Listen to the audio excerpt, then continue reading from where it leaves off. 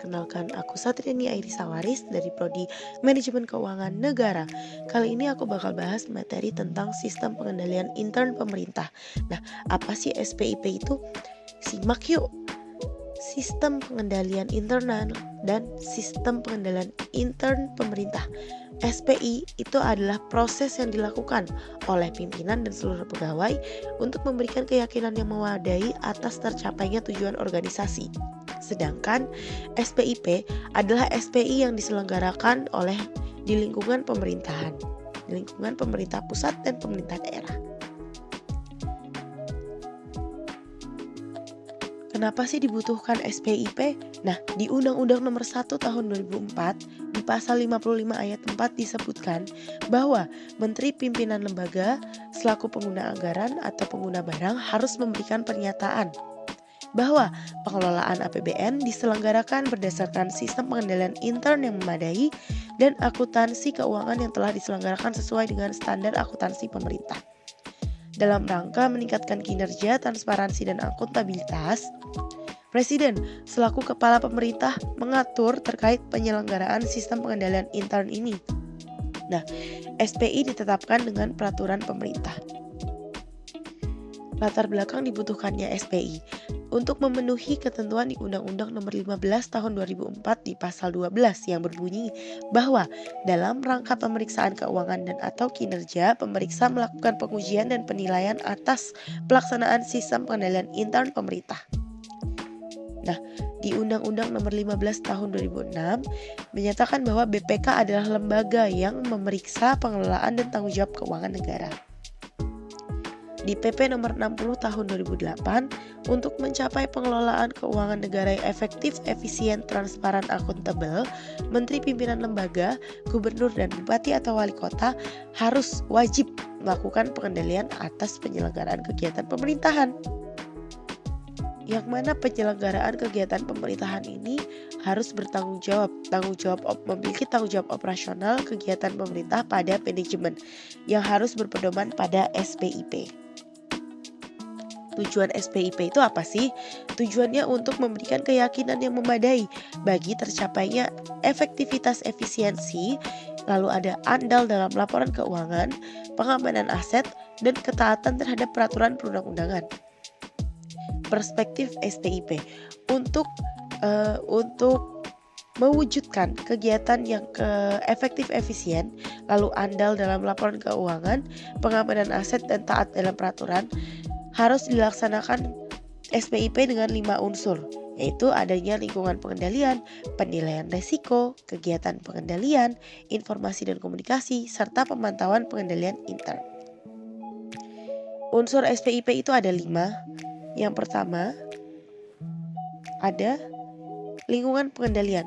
Lingkungan pengendalian ini adalah kebijakan terkait menegakkan integritas, etika, komitmen terhadap kompetensi, lalu ada kepemimpinan yang kondusif, struktur organisasi yang sesuai, lalu ada delegasi wewenang tanggung jawab yang tepat, kebijakan yang sehat tentang pembinaan SDM, peran APIP yang efektif, dan hubungan kinerja yang baik. Nah, lingkungan pengendalian ini mempengaruhi unsur-unsur yang lain. Misalnya nih, ada kepemimpinan yang kondusif. Apabila kepemimpinan ini tidak kondusif, maka dia akan mempengaruhi unsur-unsur yang lainnya. Lalu yang kedua ada penilaian risiko.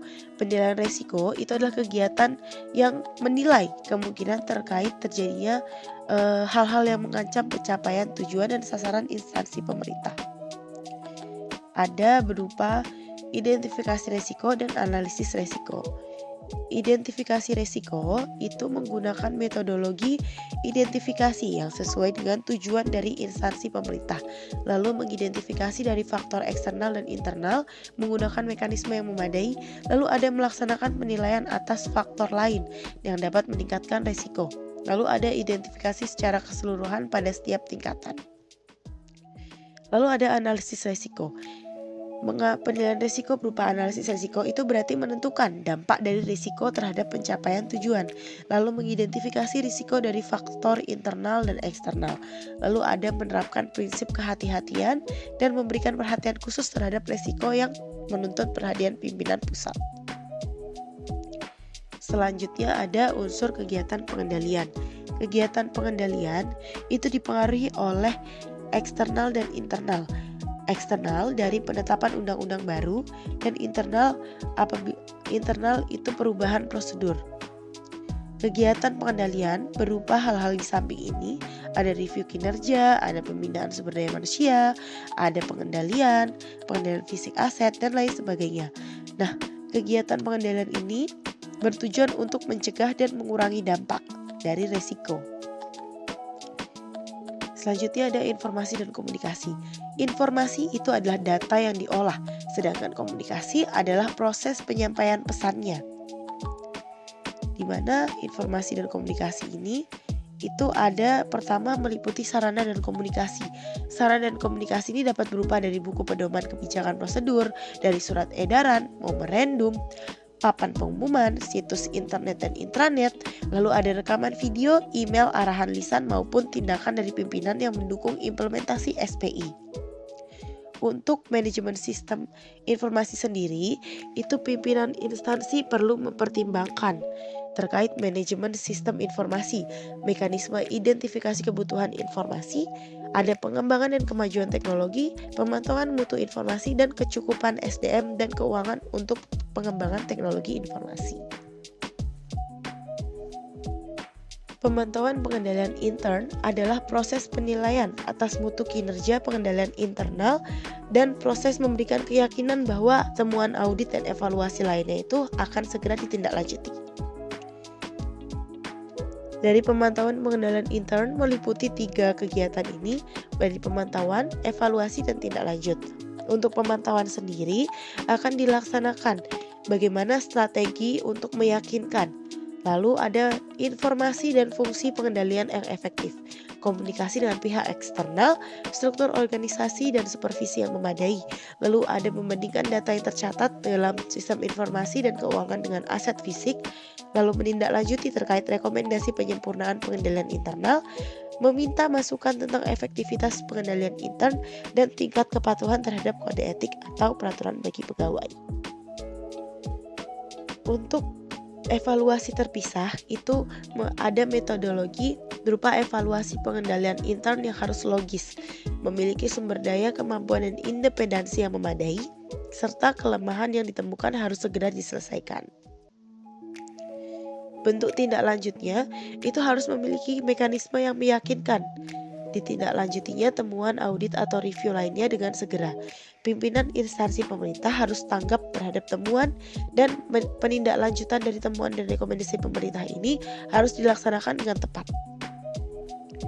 SPIP dalam akuntabilitas pengelolaan keuangan negara. Dalam paket undang-undang keuangan negara itu disebutkan bahwa berarti pemerintah terkait pengelolaan keuangan pemerintah itu ada dikelola oleh pemerintah pusat dan pemerintah daerah, yang mana harus dilaksanakan dengan tertib, terkendali, efisien, dan efektif, baik dari proses perencanaan, pelaksanaan, pengawasan, hingga proses pertanggungjawabannya harus terintegrasi dengan 5 prinsip SPIP. 5 prinsip SPIP ini meliputi lingkungan pengendalian, penilaian risiko, kegiatan pengendalian, informasi dan komunikasi, serta pemantauan, yang mana dari 5 unsur ini harus memberikan keyakinan yang memadai bahwa kegiatan yang dilaksanakan itu efektif, efisien, lalu ada andal dalam pelaporan keuangan, pengamanan aset yang tepat, dan ketaatan terhadap peraturan. Proses dari keyakinan memadai ini akan menjadi bagian dari akuntabilitas pengelolaan keuangan yang transparan dan akuntabel yang dapat dipertanggungjawabkan kepada publik. Keterbatasan dari SPIP ini apa sih yang membatasi fungsi dan efektivitas dari SPIP? Kenapa dia jadi nggak efektif? Itu adanya praktek kolusi. Lalu ada pimpinan instansi yang mengabaikan sistem pengendalian intern, serta adanya human error atau pengambilan keputusan yang tidak tepat. Selanjutnya, apa sih hambatan dari penerapan SPIP? Pertama, ada perbedaan persepsi dari pimpinan instansi terhadap pelaksanaan sistem pengendalian intern yang tidak mendukung tercapainya lingkungan pengendalian yang memadai. Lalu ada budaya sungkan yang masih kental. Kenapa ada budaya sungkan? Budaya sungkan ini berhubungan dengan kegiatan praktek kolusi tadi. Misalnya dari pimpinan dia punya teman, punya saudara yang meminta tolong. Karena saudara dia merasa tidak nyaman, gak enak untuk menolak, akhirnya diterima. Dan terjadilah praktek kolusi. Selanjutnya ada kualifikasi SDM yang kurang memadai. Untuk penguatan SPIP dapat dilaksanakan apabila ada kesadaran dan kepedulian di seluruh tingkatan jajaran manajemen dan staf, lalu ada kesamaan persepsi dan tanggung jawab, lalu ada SPIP yang sesuai dengan kebutuhan interorganisasi dan pengembangan SPIP secara berkesinambungan. Lalu ada proses pengawasan. Proses pengawasan adalah proses kegiatan pimpinan untuk memastikan bahwa tujuan tugas organisasi terlaksana dengan baik. Nah, pengawasan ini berfungsi untuk sebagai manajemen sepenuhnya atas tanggung jawab setiap pimpinan pada tingkat manapun, yang mana tujuan dari pengawasan ini untuk mencegah sedini mungkin terjadinya penyimpangan atas atau penyelewengan atas hambatan dari tujuan dalam pencapaian tujuan pelaksanaan tugas-tugas organisasi. Jenis pengawasan berdasarkan pelakunya, ada pengawasan dari internal maupun eksternal. Dari eksternal itu ada DPR, BPK, dan masyarakat, sedangkan dari internal itu ada APIP. Teknik pengawasan, pada dasarnya pengawasan ini tuh bagian dari integral pengendalian, yang mana dia harus dilaksanakan dari pemeriksaan, lalu ada inspeksi, ada supervisi, lalu dipantau, dimonitor, dan dari ada verifikasi. Dari PP nomor 60 tahun 2008, pengawasan intern itu adalah seluruh proses kegiatan audit, review, evaluasi, pemantauan, dan kegiatan pengawasan lain terhadap penyelenggaraan tupoksi dari organisasi dalam rangka memberikan keyakinan yang memadai bahwa kegiatan dilaksanakan sesuai dengan tolak ukur yang telah ditetapkan secara efektif dan efisien untuk kepentingan pimpinan dalam mewujudkan tata kepemerintahan yang baik. Nah, Menteri Pimpinan Lembaga, Gubernur dan atau Bupati Wali Kota bertanggung jawab atas efektivitas dari penyelenggaraan sistem pengendalian intern di lingkup pemerintahan masing-masing, di mana pengawasan intern atas penyelenggaraan tugas dan fungsi instansi pemerintah termasuk akuntabilitas keuangan negara, lalu ada pembinaan penyelenggaraan SPIP dilakukan oleh APIP. Siapa sih APIP itu? APIP itu ada BPKP, Inspektorat Jenderal atau nama lain secara fungsional melaksanakan pengawasan intern. Terus ada Inspektorat Provinsi dan Inspektorat Kabupaten Kota.